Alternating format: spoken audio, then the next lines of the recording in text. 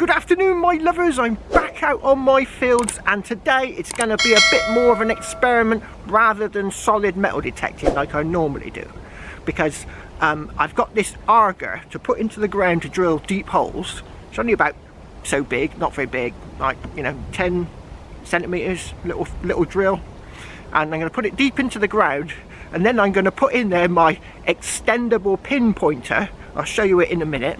And I'm going to turn it on, and I'll put that down the hole looking for metal objects, because I'm now going to do proper after Christmas, and just before and after Christmas I'm going to start looking for some more hoards for you. But in order to get down super deep, because the GPX can see super deep, I've got to be able to get down there and just test the depth of the object. Now if the object is going to be like 2 feet deep, then it might be worth digging, because it's going to be really old if it's 2 feet deep. But in the meantime, I'm going to probably be doing a lot more videos like this, where I'm just going around searching for super deep targets. Right, let's go and listen to some of these targets I found so far. Right, there's my GPX 5000 with the Hoard Hunter Coil Mark II, a 22-inch gold stalker. Yeah, double detour. This is the size of my pointer up against it, look, massive, 22-inch. So I'm hoping to get down to some seriously deep targets. So here's my pointer with me booster probe. Right, now I've got this great big chunk of metal, and I'm going to show you what I'm thinking of, like, because if this object is deep underground, then it's got to be of a serious size for it to be picked up by that coil, right? So I'll turn this on.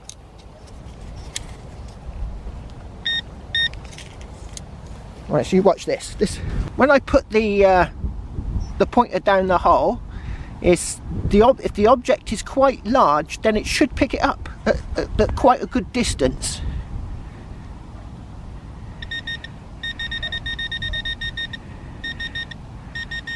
Yeah, well, that's quite far. Coming down vertical. So that's about 10 centimeters, right?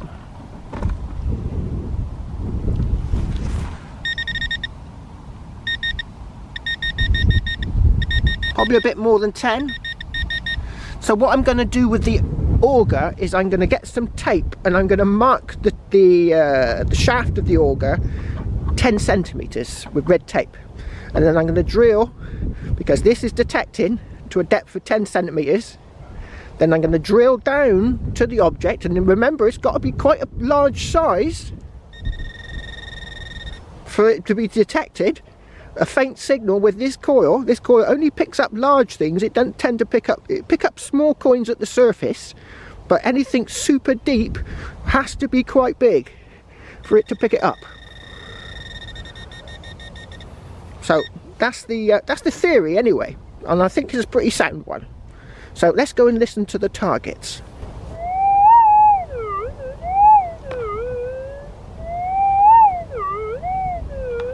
See that? It's only just picking it up. Now that's sensitivities on 15.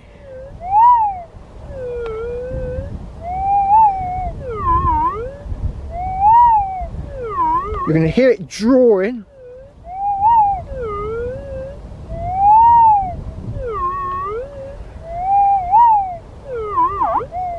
Now if I put it on, let's see, you can see RX gain, that's the gain. It's on 15, so it's quite high. So we'll put it's on Coin and Relic, which is the deepest searching program. But if we turn it now to Sharp, which is a slightly shallower program,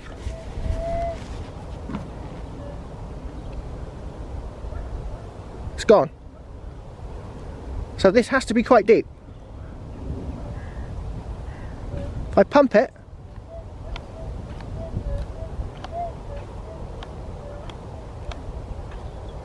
it's picking something up, so I might be able to pinpoint it good with that. I'll show you the rest of my settings. Oh, right, a bit cold today. Right, so it's on. Right, battery light off. Volume limit 17. General Sharp. That's the program, the timing, or whatever you call it. Manual tune. Motion very slow. Alright, it's game 15, it's on boost, so I'm boosting the super deep targets. Stabilizer 1, it just it seems to quieten the ground down the sort of lower the stabilizer is. Signal 20, volume target 10. You see that? Bit of light on the camera. Right, response inverted. Tracking fast. Now I find with tracking fast, because the ground is very noisy, right, very noisy, with tracking fast it just tightens up the signals a little bit, just brings them in a bit, like tightens them up, so it's just easier to identify the targets. Probably losing a bit of depth with it, but I'm thinking this is working better. Iron reject off. It just, when you got the blank in, it's a little bit more difficult to hear the deeper signals with it blanking and making a bit right racket. So yeah, let's put it back on. It's on sharp. Let's put it back on coin and relic because it's a deeper searching program.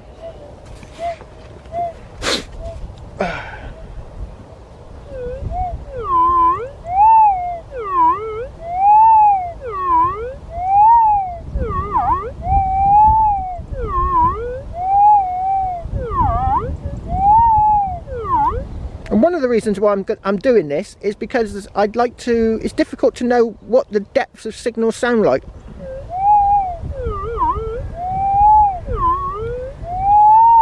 You know, when you're digging them all the time with the CTX, you know what a deep signal sounds like. With this, because I'm not digging them, because the signals are literally feet deep, you know, I dig a couple of signals and I'm knackered. So I reckon that's the first possible investigation with the super deep Argo when it comes. It's got it in order and it's supposed to be arriving tomorrow. This is it on sharp.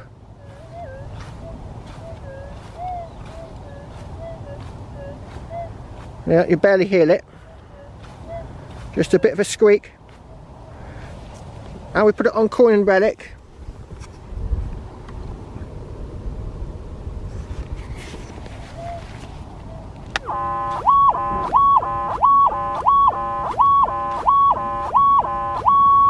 So is that a large object and deep, or is it a small object and shallow? That's the thing. It could be a small object and shallow. But I want to find out what these noises mean. Oh, it's a banging signal there, isn't it? But I can assure you, what I'll do is I'll go and get the CTX and I'll put the CTX on this and we'll see what that says.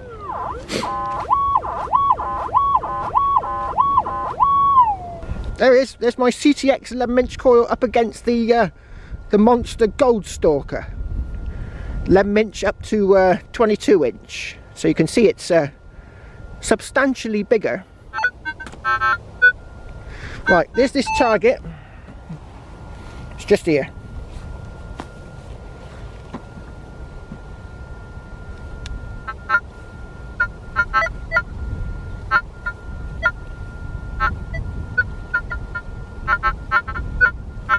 It's not giving me a solid iron grunt.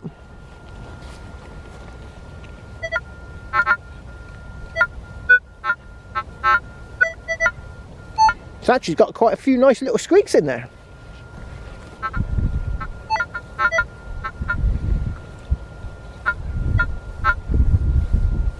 So, but you can see it's having trouble. If I put the pinpointer in, nothing. Move round. Nothing.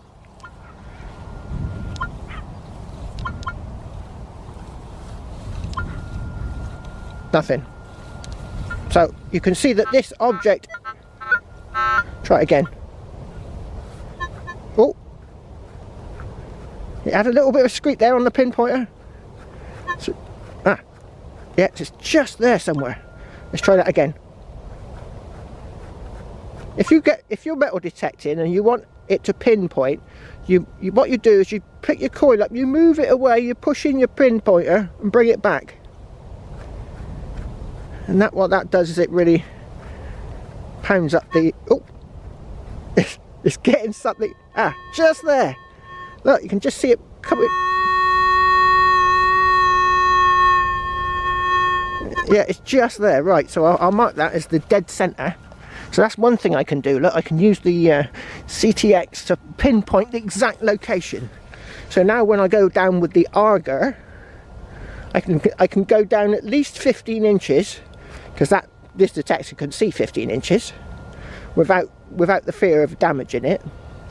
And then I use my pinpointer probe to put it down the hole, and that should be right on top of it.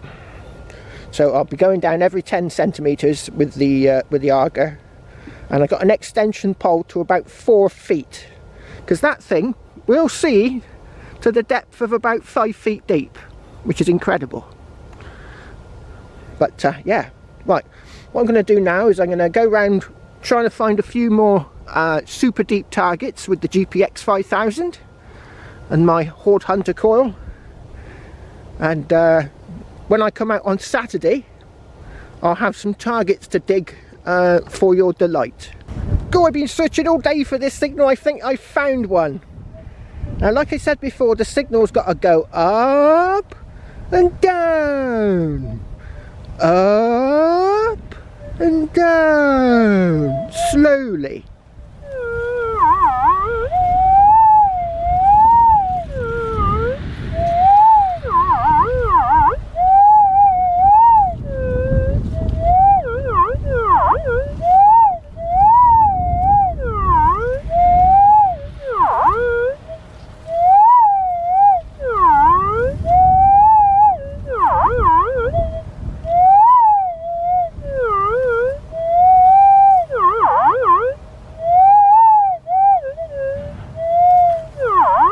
So it's going up and down, so it's a much smoother signal.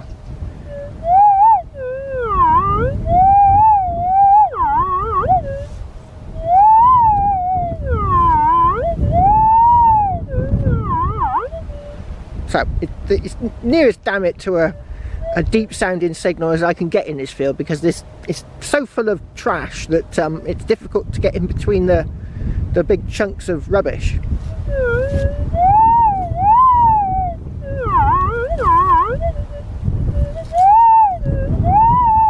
So when we get our borer, I'm going to try and best as I can to pinpoint this signal, because obviously a bigger signal deeper down is going to be a much larger area. And then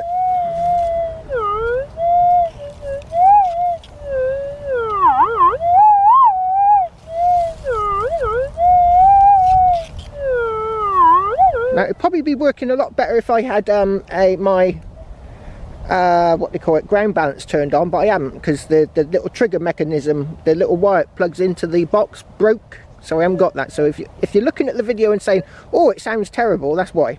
And I can't get one. I can't get one at the moment, one of these. Can only buy them in America. So at the moment, the shop that sells these things don't sell them. They run out, and they ain't going to get them back until after the new year.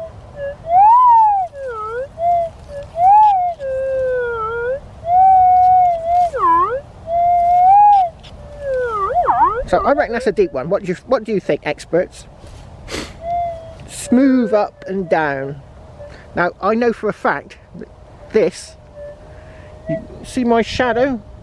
This, you can see how it's thinner on top? This is an old hedge line. Now probably hundreds of years ago, or maybe even thousands, people might have, there might have been an old oak tree growing here, and someone might have buried their hoard right on this earth bank, right here. And there could be a hoard right here waiting for me to discover.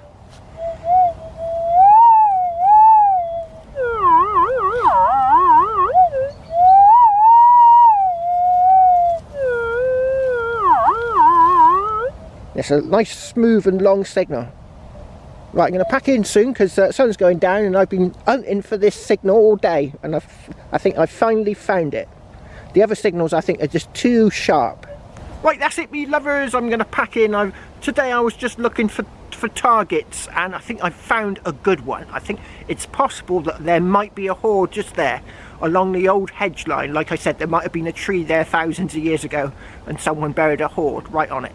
So yeah, might be worth in future with the detector going over the lumps and the bumps, because you know, majority of my hoards have been found on lumps and bumps. And I'm going to probably be doing a lot more with the GPX soon, because they're changing the Treasure Act rules in about a year from now sometime, about 2022 I think they're changing it. At the moment they can seize for the, you know, for the museums, they can seize gold and silver, but as of in 2022 they'll be able to seize everything.